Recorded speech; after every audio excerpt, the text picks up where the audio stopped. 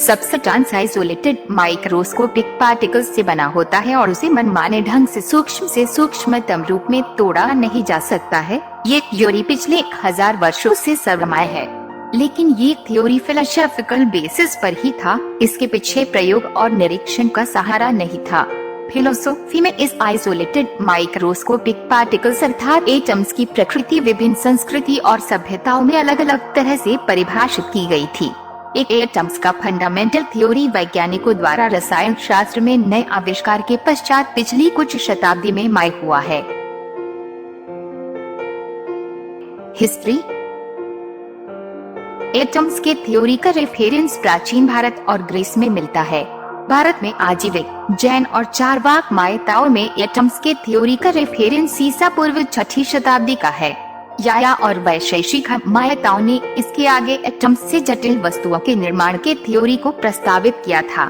पश्चिम में एटम्स के थ्योरी का रेफरेंस ईसा पूर्व 5वीं शताब्दी में लेओसिपस के शिष्य डेमोक्रिटस के विचारों में मिलता है। डेमोक्रिटस ने ही एटम्स का वर्तमान अंग्रेजी नाम एटम दिया था, जिसका अर्थ है इनसेपरेबल। डेमोक्रिटस के अनुसार सब्सटेंस विभिन्न प्रकार के एटम्सों के बड़ी मात्रा में एक साथ जमा होने से बनता है। Modern science. 1803 में ब्रिटिश साइंटिस्ट जॉन डाल्टन ने एटम्स के थ्योरी से यह समझाने का प्रयास किया है कि क्यों एलिमेंट्स हमेशा स्मॉल एब्सोल्यूट नंबर के रेशियो में मिलाने पर प्रतिक्रिया करते हैं तथा क्यों कुछ गैसें अन्य गैसों की तुलना में ज्यादा अच्छे से पानी में घुल जाती है। डाल्टन के अनुसार हर एलिमेंट्स एक विशेष प्रकार के एटम्स से बना होता है और एटम्स मिलकर रासायनिक सब्सटेंसेस का निर्माण करते हैं। 1827 में रॉबर्ट ब्राउन ने ब्राउनियन मोशन की खोज की थी। किसी फ्लूइड में डस्ट के रेगुलर मोशन को ब्राउनियन मोशन कहते हैं। 1905 में आइंस्टाइन ने ब्राउनियन मोशन को फ्लूइड के एटम्स 12-10 से टकराने के फलस्वरूप उत्पन्न मोशन विधि माना था और इसके लिए एक मैथमेटिकल मॉडल बनाया था। फ्रेंच साइंटिस्ट जीन पेरिन ने आइंस्टाइन के थ्योरी का प्रयोग करते हुए एटम्स का मास और साइज मापा था। इस तरह से डाल्टन के एटम्स थ्योरी का वेरिफिकेशन हो गया था।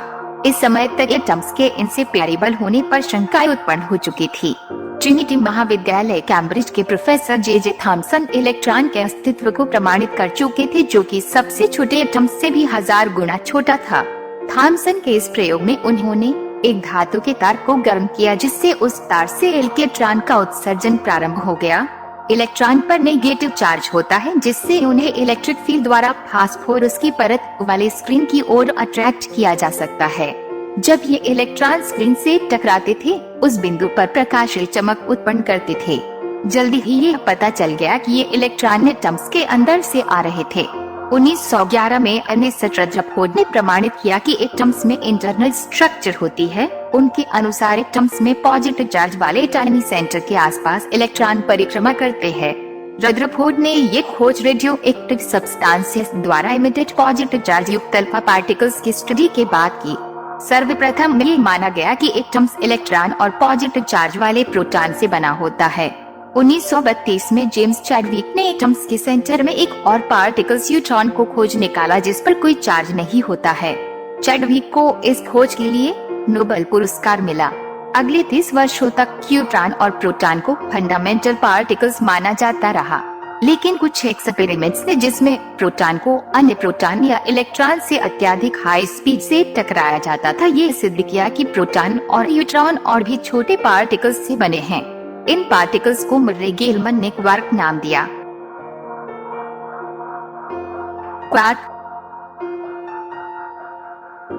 क्वार्क के 6 प्रकार है, जिन्हें up, down, strange, charm, bottom और टॉप नाम दिया गया है।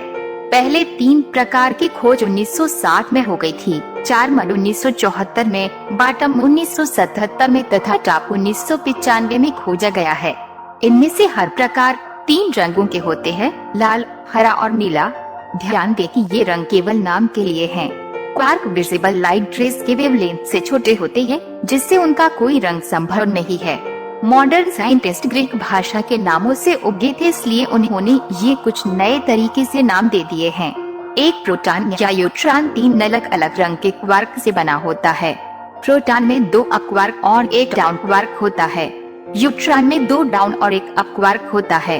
हम अन्य क्वार्क, स्ट्रेंड, 4 मध्य, बॉटम और टॉप से भी पार्टिकल्स बना सकते हैं, लेकिन इनका मास ज्यादा होने से ये टेम्पररी होंगे और प्रोटॉन और न्यूट्रॉन में बदल जाएंगे।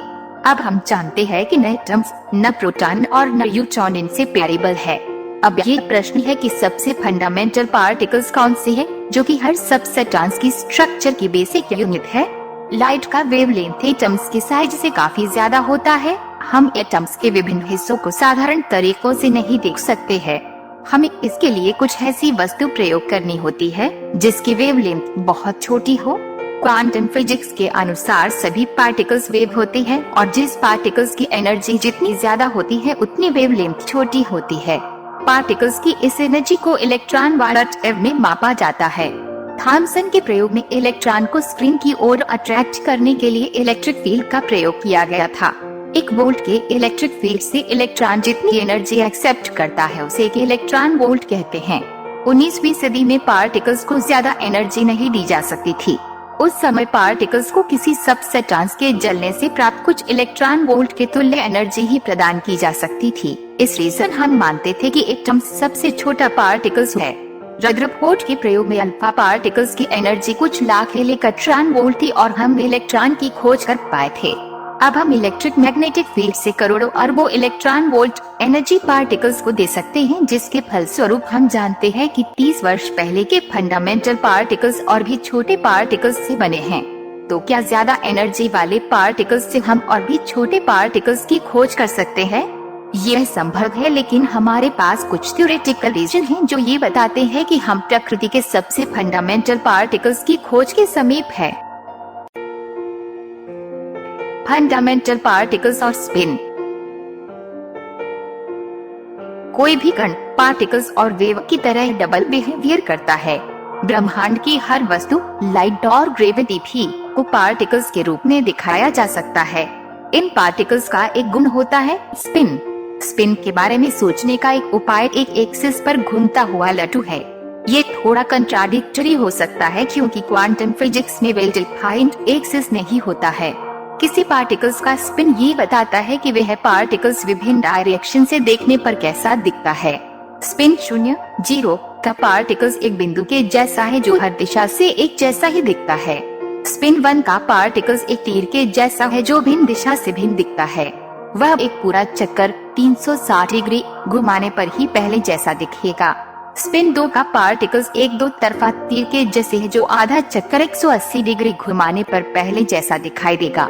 इसी तरह ज्यादा स्पिन के पार्टिकल्स एक फ्रैक्शन घुमाने पर ही पहले जैसा दिखाई देते हैं। यह सब आसान और सीधा सीधा लगता है, लेकिन कुछ पार्टिकल्स ऐसे भी है जो पूरा एक चक्कर 360 डिग्री घुमाने पर भी पहले जैसा नहीं दिखती है। उन्हें पहले जैसा दिखाई देने के लिए 2 चक्कर घुमाना पड़ता है। इन पार्टिकल्स का स्पिन 1-2 होता है। ब्रह्मांड के अब तक के सभी ज्ञात पार्टिकल्स को 2 ग्रुप्स में डिवाइड किया जा सकता है। फर्स्ट, 1-2 स्पिन के पार्टिकल्स जो ब्रह्मांड में सबसेटांस का निर्माण करते हैं। सेकेंड, स्पिन 0-1-2 के पार्टिकल्स जो सबसेटांस के पार्टिकल्स के मध्य फोर्सेस का निर्माण करते हैं। सबसेटांस पार्टिकल्स पाली के एक्सक्लूजन प्रिंसिपल का पालन करते हैं। इस थ्योरी के अनुसार 2 समान पार्टिकल्स एक साथ समान अवस्था में नहीं रह सकते, अर्थात अनसर्टेनिटी के थ्योरी द्वारा परिभाषित सीमा के अंतर्गत 2 समान पार्टिकल्स समान स्थान और समान मोशन में नहीं हो सकते हैं। एक्सक्लूजन प्रिंसिपल महत्वपूर्ण है क्योंकि ये थ्योरी व्याख्या करता है कि क्यों स्पिन 0-1-2 के पार्टिकल्स द्वारा उत्पन्न फोर्सेस के प्रभाव के फलस्वरूप सबसेटांस के पार्टिकल्स अत्यधिक घनत्व वाली अवस्था में घनीभूत नहीं होते हैं। यदि सबसेटांस के पार्टिकल्स यदि समान स्थान पर एकदम समीप है, तब उनकी गतियां भिन्न होंगी, अर्थात वे एक जगह पर ज्यादा समय नहीं रहेंगे। यदि ब्रह्मांड का जन्म एक्सक्लूजन प्रिंसिपल के बिना हुआ होता, तब क्वार्क भिन्न अच्छी तरह से परिभाषित प्रोटॉन और न्यूट्रॉन का निर्माण नहीं कर पाते, न ही न्यूट्रॉन और प्रोटॉन इलेक्ट्रॉन के साथ मिलकर एटम्स बना पाते। विश्व इलेक्ट्रॉन और क्वार्क का एक घना सूप जैसा होता।